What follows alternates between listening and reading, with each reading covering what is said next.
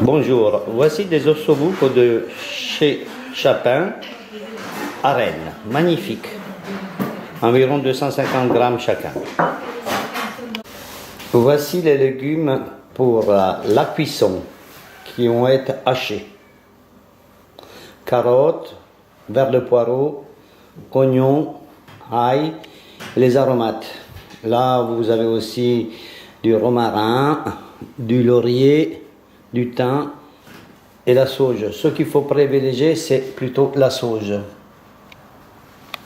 Hachez le tout. Vous voyez? Ça, c'est le fond de cuisson. Faites revenir le tout.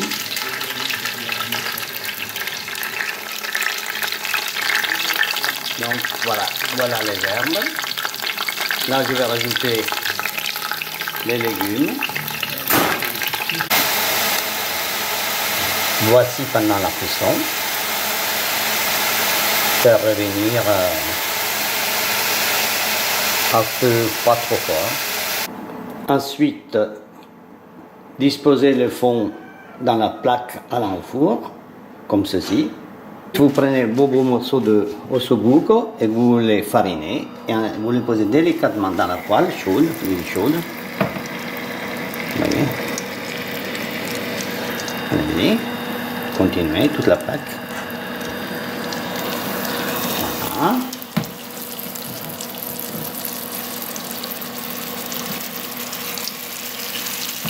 Bien les saisir.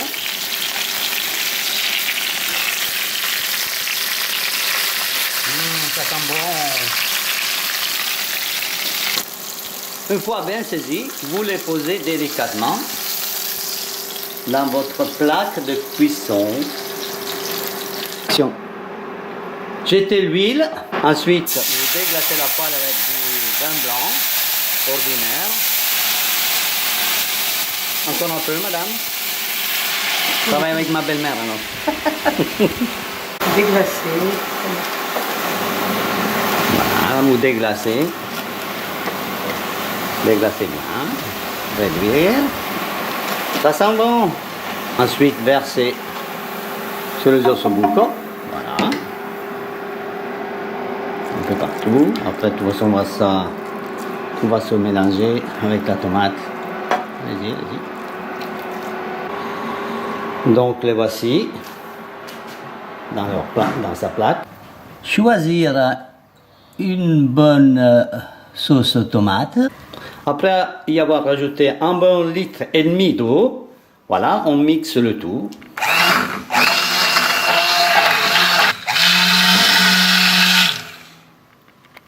Assaisonner avec du sel, bien sûr, du poivre et de la noix muscade. En Italie, on utilise beaucoup la noix muscade. Bien mélanger le tout, voilà. Et ensuite verser délicatement sur les ossobuco. Bien couvrir, il faut que l'ossobuco soit bien couvert.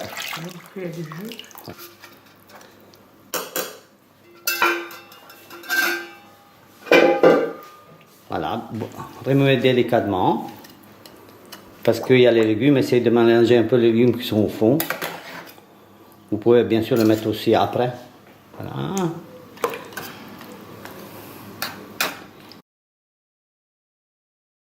Et le tout est prêt pour aller au four. Le four qui est préparé en cuisson mixte à 200.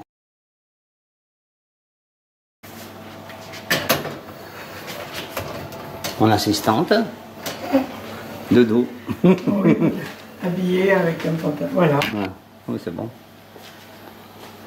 Pendant la cuisson et le repassage, nous allons préparer les légumes pour la garniture, que voici. Courgettes, carottes, blanc de poireau.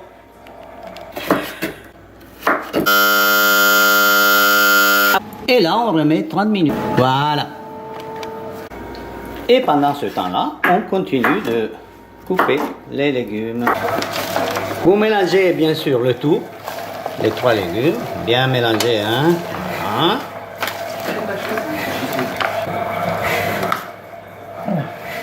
Une fois le tout bien mélangé, vous mettez du sel, du poivre, de l'huile. Vous remélangez le tout.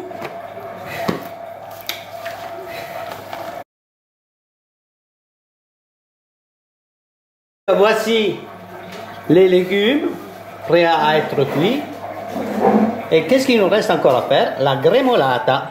Donc avec la peau de ce joli citron et ce très bon persil de mon jardin. Donc là, nous allons préparer la grémolata. Il faut faire bien attention de prendre que le jaune. Donc maintenant, on hache le tout très fin. Bien couper aussi la grémolata. Bien sûr, vous pouvez faire ça avec un mixeur. Hein. Donc voici la grémolata prête. Et comme j'avais un peu trop de persil, je l'ai haché et je l'ai mis avec les légumes. Ah, ça ressonne à nouveau. Donc là, troisième mi-temps, on va vérifier l'assaisonnement. Pour moi, ça va, impeccable. On met les légumes, donc je mets encore un peu parce que j'ai mis du persil, donc voilà.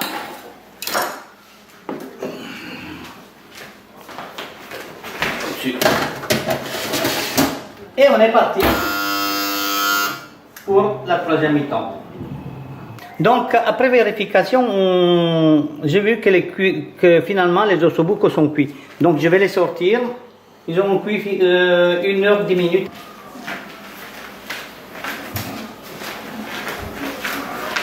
Voilà, je pense qu'ils sont cuits. Hein. Voilà. Vous voyez, donc il faut essayer de les garder entiers, le plus entiers possible. Comme ça, quand on va les servir, tac, on pose ça sur l'assiette et l'ossobuco reste entier avec son os. Donc en 15 minutes, on vérifie si éventuellement ils sont déjà pas cuits. Ah là, ils sont cuits. 15 minutes, donc ça suffit. À 200, mixte, 15 minutes. Tout est cuit. Donc on va procéder au dressage.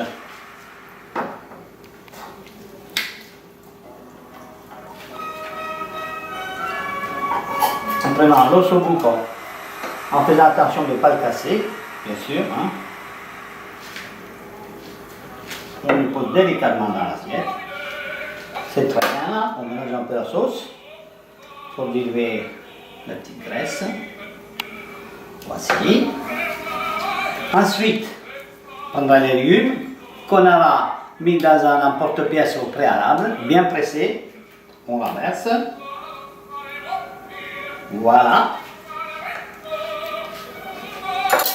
On asperge avec un peu de grémolata. Bien sûr. Un peu de décoration.